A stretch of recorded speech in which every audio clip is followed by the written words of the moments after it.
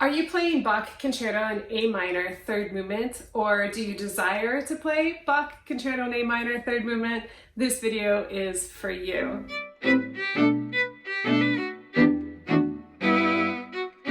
Hi, I'm violinist Heather Kaye. I teach adult violinists all over the world how to improve violin technique and create gorgeous tone. In this video, I'll discuss how to practice measures 105 through 116.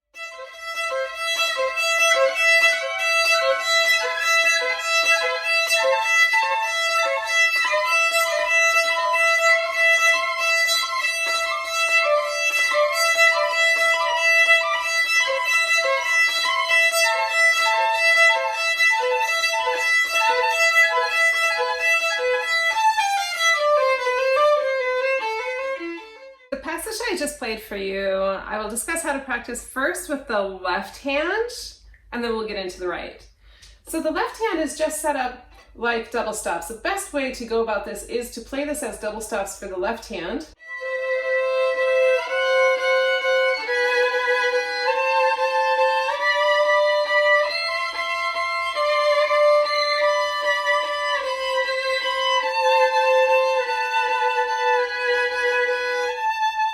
Okay, now if you're not able to do it immediately like that, which is normal, it's good to dissect it and just know exactly what's going on. So we're starting off in third, and let's start with just playing the top note of that double stop. So we have E, F sharp, G sharp, A, B, C, again C, now B, shifting down, A, shifting down.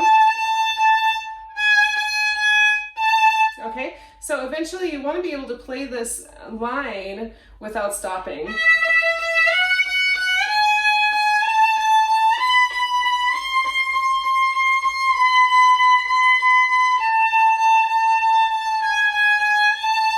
And when you do the finger exchange, you don't want to hear at all that you switched fingers. So let's go ahead and do the bottom note now. So this will be starting with C with the fourth finger in third position, shifting to fourth and playing the same note but with three, B, shifting, D, E, D, staying, shifting, shifting down again. And that's the notes for the lower part of that double stop. And so I'll just play that without stopping.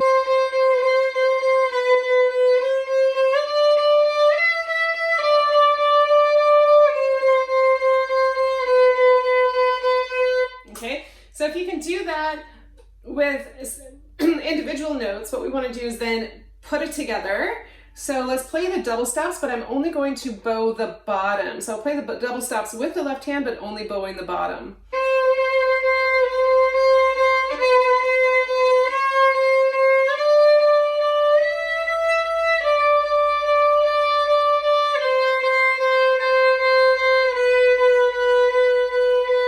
That way you can really hear what's going on. And now I'm going to do the same, but only playing the top. I'll finger both, but only bowing the top.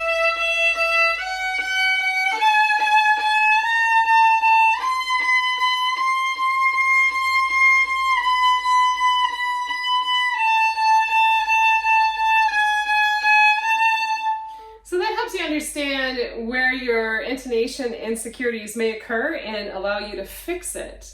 One more double stop exercise for you. What I find that is the most challenging for violinists is the exchange between the double stops. So here at 105, we're playing C and E, and then we're going to F sharp C.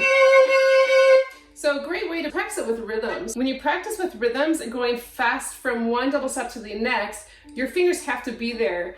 They can't be lazy and think about where they're going to go. They really have to get there quickly.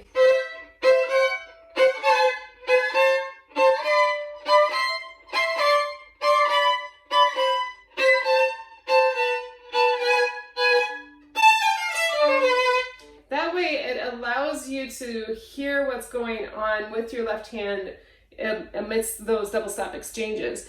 You can practice them slowly at first.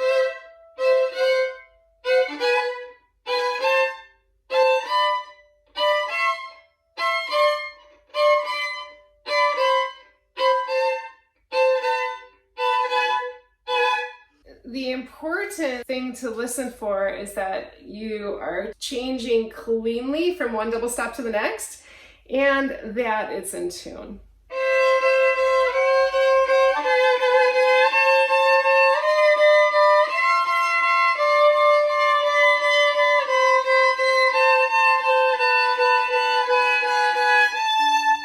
Once you have that, you're ready to work on the right hand. Now, the right hand, it's always a good idea to practice just your open strings to understand what's going on here.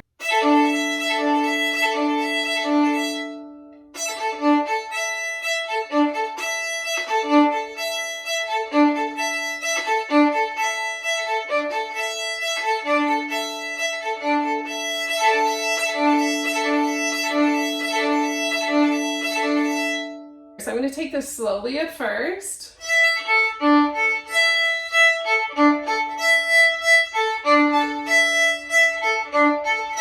So we have a 16th notes here and then 1/8 note. So make sure you play that rhythmically accurate.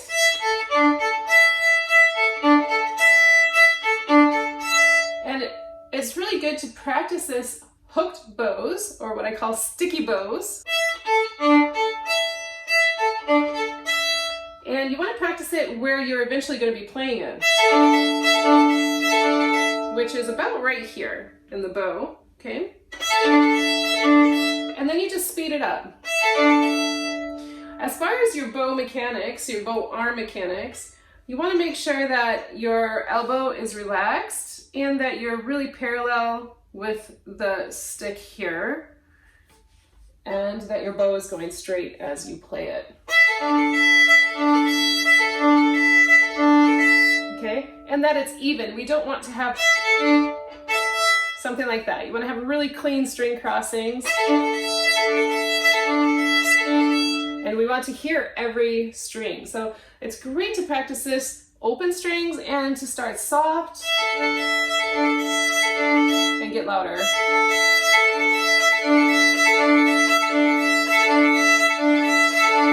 As you get louder, we're going to be using more bow, as you can see.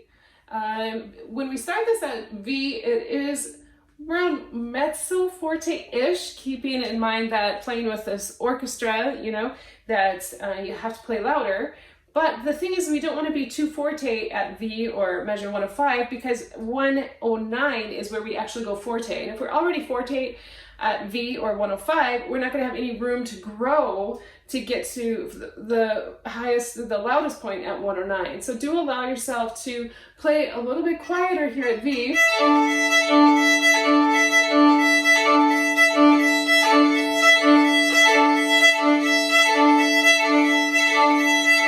So when you get to 109, you can be really forte. And this forte is an open, expansive forte. It's not a push-in, pressure, crunchy forte. Really think about a flowing bow and pulling out this gorgeous sound with full bows. So this is right at 109. Okay, so great exercise to practice in front of the mirror or a video camera. Watch your bow that it's going straight. Once you've done exercises for the left hand and then the right, you are ready to put it all together. If you're wanting help on measures 82 through 91, definitely check out the video in this corner. I'll see you there. Ciao!